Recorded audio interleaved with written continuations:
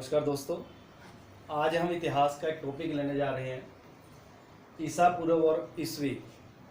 ये जब हम इतिहास पढ़ना शुरू करते हैं तो हमारे लिए बड़ी ही एक समस्या पैदा हो जाती है।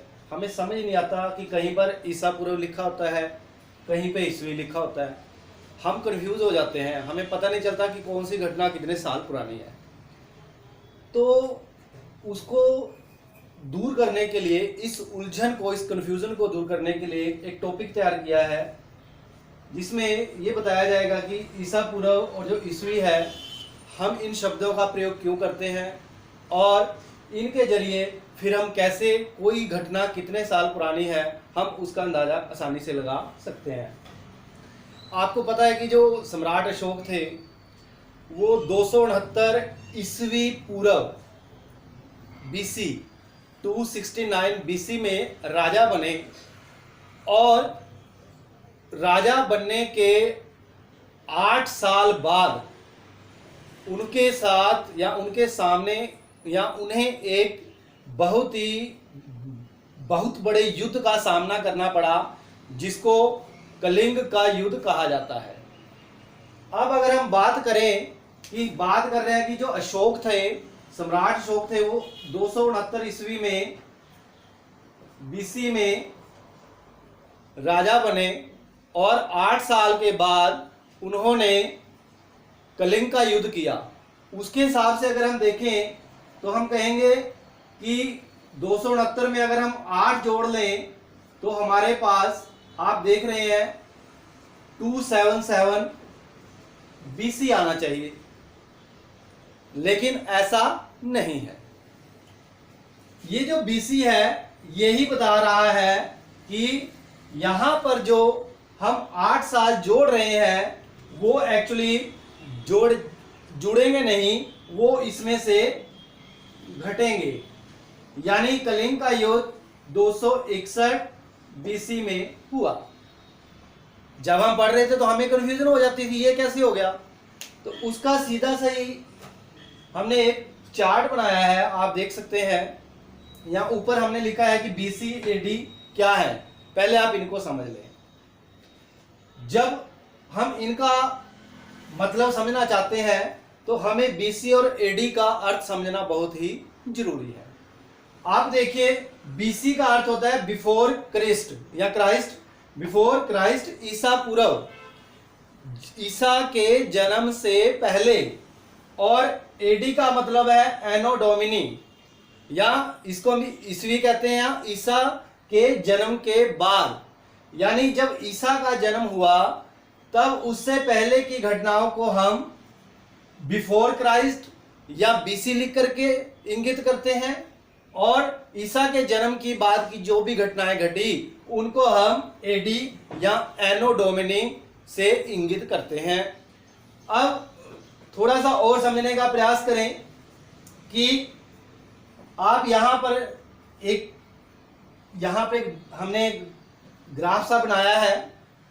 आप इसमें देखें कि इस तरफ हमने BC लिया है और इस तरफ हमने AD लिया है, before Christ and Anno Duminy.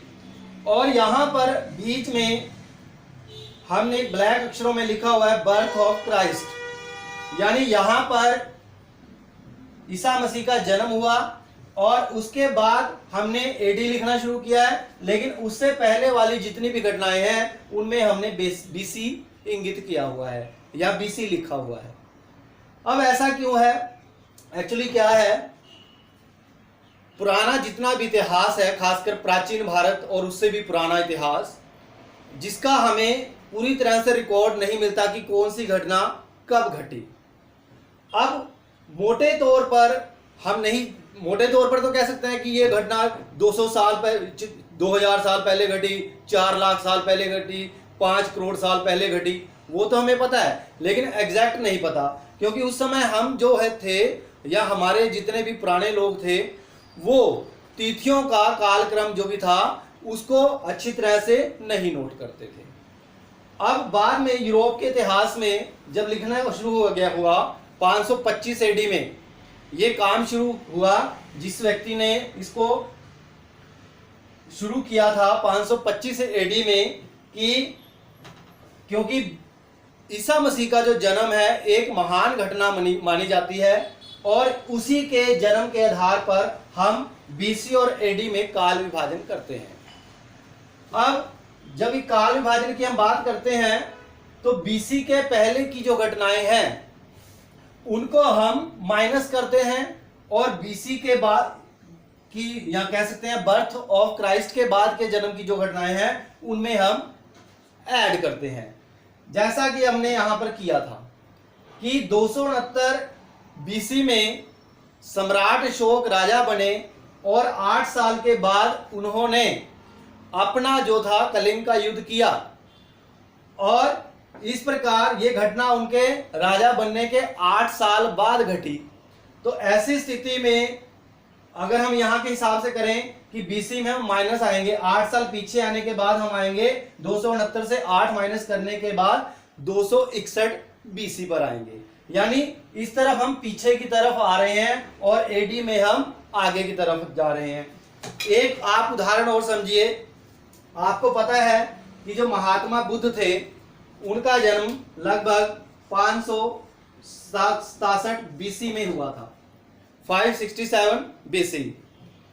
अब हम कहते हैं और उनकी जो मृत्यु थी वो 483 बीसी में हुई, यानी 500 अगर ये बीसी ना लगा हो उधर हम एक तरफ 567 कहें तो इसका मतलब होना तो चाहिए कि मृत्यु तो बाद में होनी चाहिए, लेकिन जो मृत्यु है उनकी वो 483 में हुई। लेकिन सिर्फ हमने बीसी लगाया तब हमें चीज का या जो भी इसमें अंतर था वो समझ में आया कि अगर कोई आपसे पूछे कि अगर महात्मा बुद्ध 567 बीसी में पैदा हुए और 483 बीसी में उनकी मृत्यु हुई तो वो कितने साल जिए।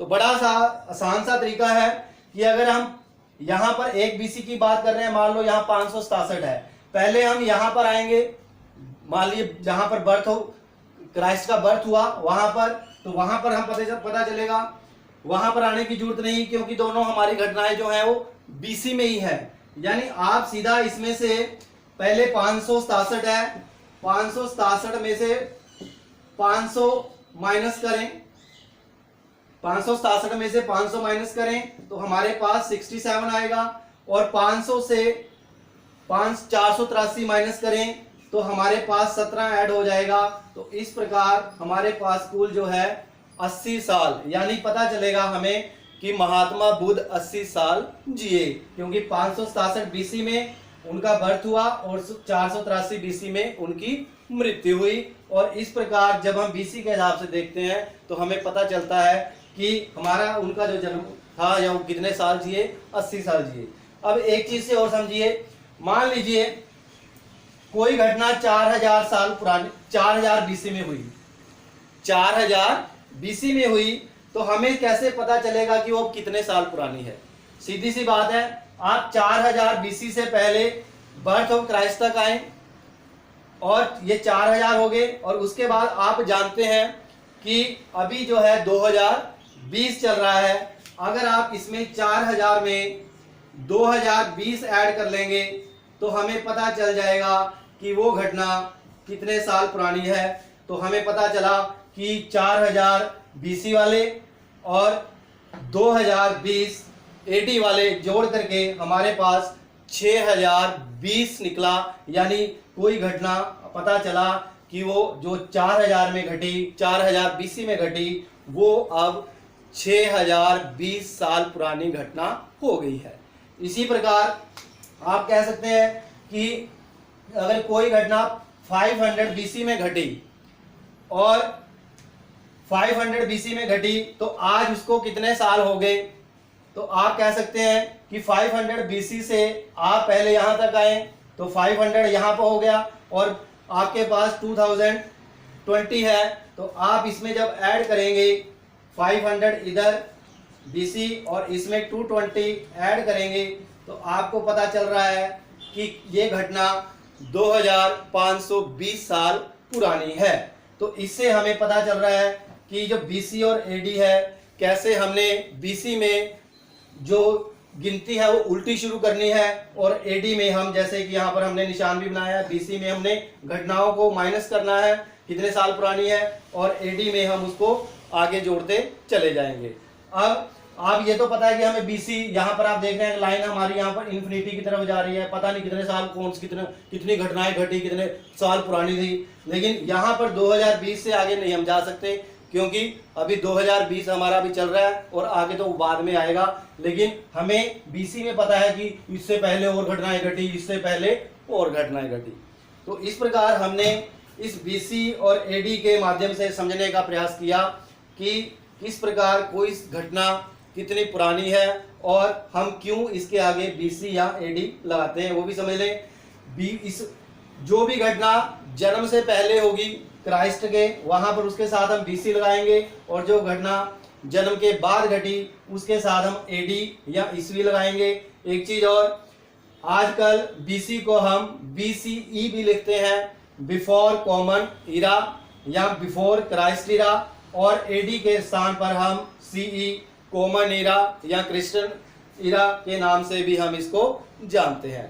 तो उम्मीद है कि जो ईसा पूर्व और ईस्वी या बीसी एंड एडी का जो डिफरेंस था वो आपको समझ आ गया होगा, क्योंकि जब ये चीज़ समझ में आ जाएगी तो हमें इतिहास को, खास करके जैसे हम इतिहास को शुरू करते हैं तब हम इसको आसानी से समझ पाएंगे। और इसी के साथ ये टॉपिक खत्म हुआ। धन्यवाद।